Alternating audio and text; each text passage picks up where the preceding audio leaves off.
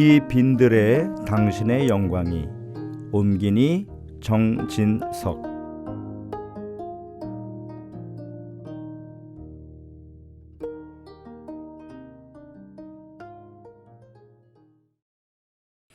열다섯 번째 편지는 김대건 부제가 6월 4일 상해에 도착하여 예수회 고틀랑 신부에게 보낸 것이다.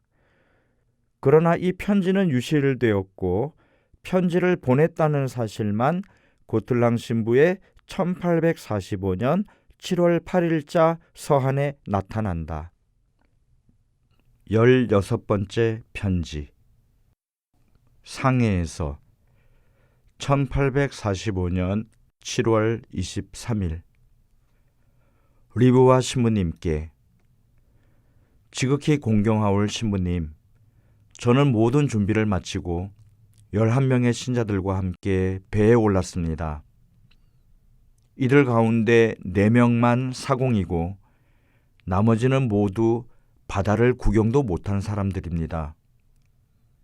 게다가 모든 것을 비밀리에 급하게 추진하다 보니 유능한 사공을 구할 수도 없었고 요긴한 물건들도 장만할 수가 없었습니다. 그리하여 음력 3월 24일 돛을 펴고 바다로 나갔습니다. 신자들은 바다를 보고 매우 놀라면서 수군거렸으나 감히 저에게 물어보지는 못하였습니다. 누구든지 제가 하는 일에 대하여 질문하지 말라고 미리 일러두었던 것입니다. 첫날은 순풍을 만나 항해가 순조로웠으나 그 후 갑자기 비를 동반한 폭풍우가 3일 동안 계속되었습니다. 이 폭풍으로 말미암아 강남과 상해에서는 30척 이상의 배가 유실되었다 합니다. 우리가 탄 배는 바다에 한 번도 나가본 적이 없는 작은 배였는데 폭풍우가 점점 심해지자 파도 때문에 몹시 뒤흔들리고 무섭게 내팽개쳐져서 거의 침몰할 지경이었습니다. 그래서 저는 배 뒤편에 끌고 오던 종선 줄을 끊어버리게 하였습니다. 그래도 여전히 위험했으므로 2개의 돛대를 베어버리고 마침내 식량까지 버리지 않을 수 없었습니다. 배가 조금 가벼워지기는 했지만 폭풍이 부는 대로 산더미 같은 파도에 휩쓸려 요동을 쳤습니다.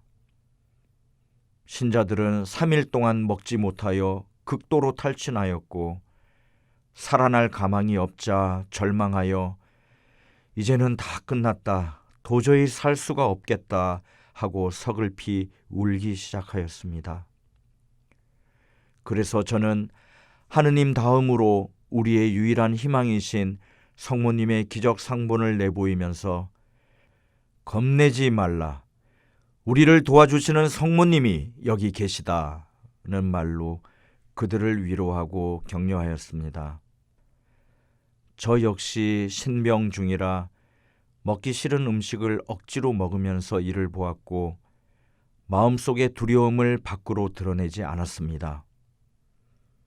제가 으뜸 사공으로 채용한 사람은 벌써부터 영세 준비를 하고 있던 외인이었기에 저는 그에게 세례를 주었습니다.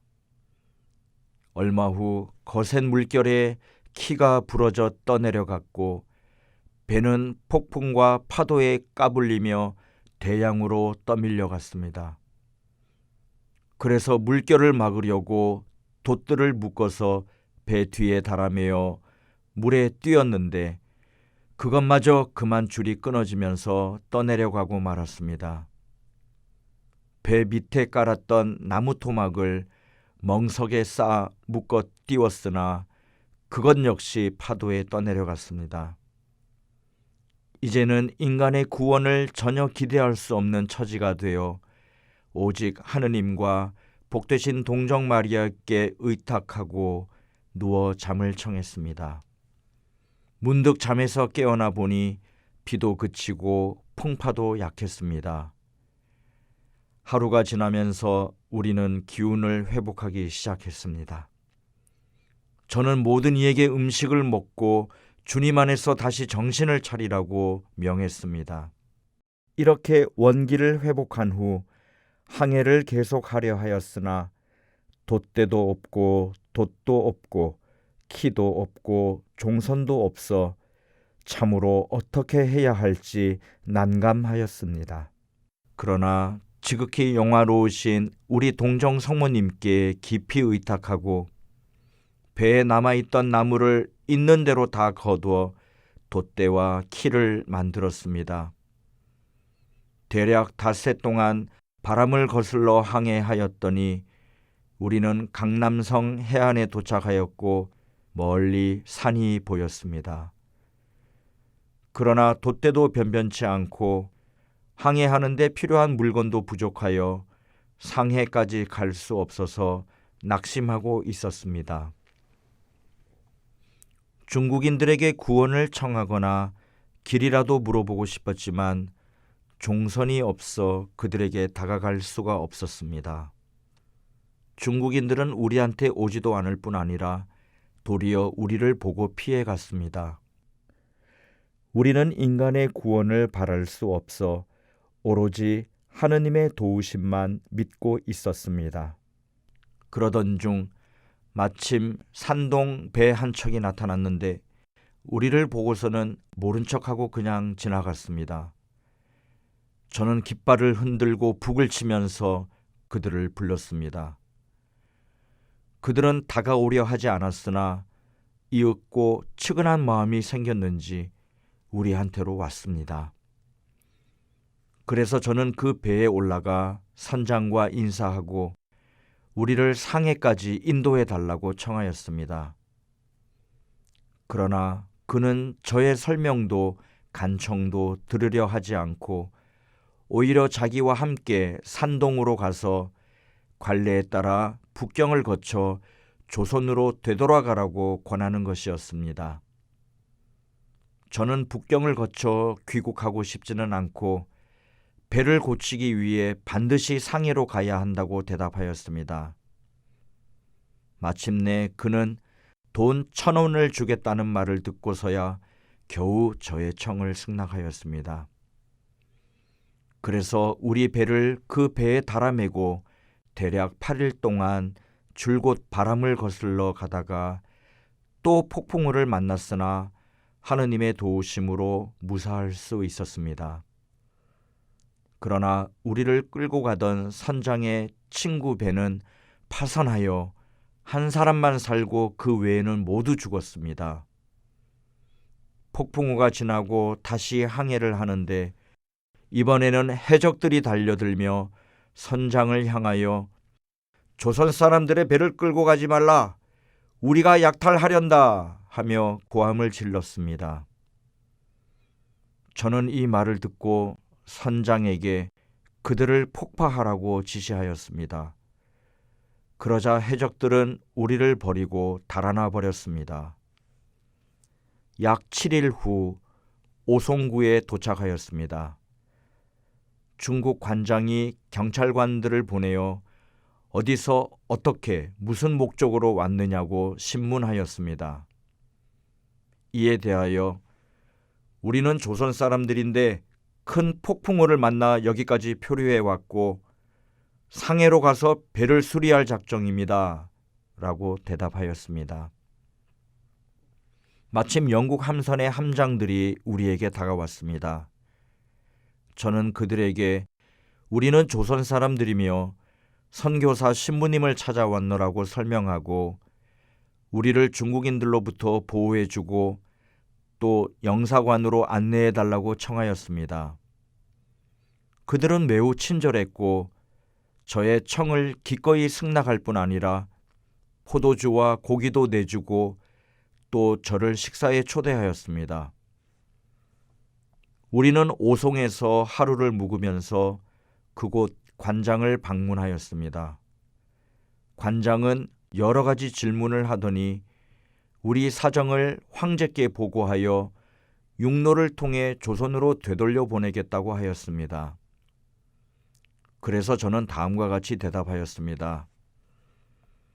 내가 두 나라 사이의 관례를 모르는 바는 아니지만 육로로 해서 돌아가고 싶지는 않습니다. 그뿐 아니라 우리가 여기에 온 사실을 황제께서 아시는 것도 원치 않으니 보고하지 말아 주십시오. 그렇지만 당신이 우리 사정을 황제께 보고하든지 말든지 우리에게는 별 상관이 없습니다. 나는 배를 수리한 다음 조선으로 되돌아갈 터이니 아무 염려하지 마십시오. 당신들은 다만 우리가 귀국 해안에 상륙했다는 사실만 알고 있으면 되고 나는 이 지방 땅을 밟고 이 지방 물을 마시면 됩니다. 나는 온전히 자유롭게 지내려는 것뿐입니다. 그리고 상해 관장에게 조선배 한 척이 수리하러 그곳으로 간다고 통지해 주십시오. 우리 배 때문에 상해 관장이 조금이라도 귀찮거나 걱정되는 일을 당하지 않기를 바랍니다. 우리가 무슨 곤란하거나 불안한 일을 당하지 않고 상해에 머물도록 허락하라고 그 관리에게 편지를 써주기를 부탁하는 바입니다. 중국 관장은 제가 영국인과 교제하는 것을 보고는 저 사람은 조선 사람인데 어떻게 영국인들과 친구처럼 지내고 영국 말까지 알아듣는가 하고 대단히 놀라워하였습니다. 오송에서 출발하여 상해 항구로 들어갔습니다. 2명의 영국인들이 와서 함께 가자고 하였습니다. 그래서 저는 우리 배를 중국인 안내자에게 맡기고 영국인들의 종선을 타고 상해 시가지로 들어갔습니다. 거기서 영국인들에게 저를 영사에게 인도해 줄 안내자를 구해달라고 청하였습니다. 그들 중에 아서 존 엠슨이라는 영국인이 프랑스어를 할 줄 알았으므로 저를 위하여 영사에게 편지를 써주었습니다. 저는 영사관에 들어가 큰 환대를 받고 우리에게 필요한 모든 사정을 영사에게 설명하는 동시에 우리를 중국인들의 손에서 보호하여 주기를 청하였습니다. 페레올 주교님이 우리가 갈 거라고 영사에게 미리 말씀해 두셨고 보호해 주도록 부탁해 두셨기 때문에 영사는 우리가 올 줄 알고 있었습니다. 그런 다음 중국인 신자 집으로 가서 이틀 동안 유숙하고 있는데 고틀랑 신부님이 오셨습니다. 그 신부님에게서 580원을 받았는데 그 중에 400원은 우리를 인도해 준 중국인에게 주고 30여 원은 신자들을 위해 썼습니다. 그러는 동안 상해의 중국 관장이 경찰관을 우리 배에 보내 여러 가지 질문을 한 후 파수꾼을 두어 밤에는 감시하게 하였습니다. 타오테도 몸소 경찰관을 거느리고 와서 배를 보고 돌아가더니 쌀 20말과 고기 20군을 보내왔습니다. 제가 배로 돌아오니 신자들이 당황해하고 있었습니다. 그것은 중국 관장이 여러 가지로 신문하고 또 수천 명이나 되는 중국인들이 구경하러 몰려왔기 때문입니다. 중국 관장은 제가 배로 돌아왔다는 말을 듣고 다시 경찰관을 보내어 무슨 이유로 여기 왔으며 각 사람의 성명, 연령, 거주지 등을 조사하였습니다. 우리는 간단하게 대답한 후 중국 관장에게 더 이상 사람을 보내 귀찮게 하지 말아달라고 부탁하였습니다. 그러고는 쌀과 고기를 돌려보내라고 지시하였습니다. 저는 여러 가지 귀찮은 일을 처리하기 위하여 한두 번 중국 관장을 면회하였습니다. 상해의 관장은 우리에 대한 모든 사실을 송광부의 상관에게 보고하였습니다. 그랬더니 그 상관은 자기가 저를 알고 있으며 또한 우리가 필요한 만큼 상해에 체류해도 좋다는 답서를 보내왔습니다. 그런데 중국인들이 한갓 호기심으로 너무 많이 몰려들었으므로 저는 작대기로 그들을 쫓았습니다. 그리고 제게 너무 무리하게 행동한 경찰관을 엄히 책망하였는데 그들은 관장한테서도 처벌을 받았다고 합니다. 상해 주민들은 저를 큰 인물로 여겼으며 중국 관장은 제가 영국인과 친하게 이야기하는 것을 보고 쿠쿠에라고 하여 많은 의혹을 품었던 모양입니다. 한 번은 관장이 경찰관을 보내 언제 떠났느냐고 물었습니다. 저는 그들에게 나는 배를 고치기 위해 여기에 더 머물러야 하오. 그뿐 아니라 당신들의 상급 관장한테서 들은 말인데 얼마 후 세실 함장이 여기 온다고 하니 나는 그를 만나기 위해서라도 더 머물러야 하겠소 하고 대답하였습니다. 중국 관장은 우리 때문에 관직을 잃을까 봐 두려워하며 우리가 출발할 날만 기다리고 있었습니다. 제 생각에 모든 사정을 다 설명해 드릴 필요도 없거니와 또한 그럴 시간도 없어서 이만 줄입니다. 이미 배는 수리가 끝났고 지금은 종선을 만드는 중입니다. 저희 모두는 주님의 은혜로 잘 있습니다. 조선 대목구장 주교님의 도착을 날마다 간절히 기다리고 있습니다. 공경하올 배씨 주교님은 아직 돌아오시지 않았는데 길에서 병이 나셨다고 합니다. 남경에서는 작은 박해가 일어났습니다. 영국 영사도 안녕하시고 우리 사정을 지극히 잘 주선해주고 계십니다. 사공들과 조선 선교지를 위해 수고한 신자들에게 선물하고자 하니 상본과 패를 보내주시기를 신부님께 청합니다. 특히 성 학자 토마스, 성 가롤로, 우리 주님의 양부이신 성 요셉, 성 요한 사도의 상본과 십자고상, 상본을 보내주시기 바랍니다. 저는 신부님께 드리려고 조선 물건 몇 가지를 가지고 왔으나 지금은 보내드릴 적당한 방법이 없어 주교님이 오실 때 보내드릴 수 있기를 희망하고 있습니다. 그리고 조선 선교지로 보내실 물건들은 모두 보내주시기 바랍니다. 제가 아는 여러 신부님들께 편지하실 때 저의 인사도 전해주시기를 바랍니다. 벌써 신부님께 편지를 올렸어야 마땅한데 여러 가지로 분주하게 지내느라 못 올렸습니다. 더구나 고틀랑 신부님이 보고서를 한 번씩 읽어보기를 원하셨기 때문에 이렇게 상서가 늦었습니다. 조선에 가서 팔 수 있는 물건들은 여러 가지 색깔, 특히 흰색 서양 포목과 여러 가지 색깔의 명주, 여러 가지 색, 특히 붉은색과 푸른색의 중국 포목과 이와 비슷한 것들입니다. 이곳 신자들이 모두 신부님께 인사드립니다. 공경하올 스승님께 부당하고 무익한 아들 김안드레아가 올립니다.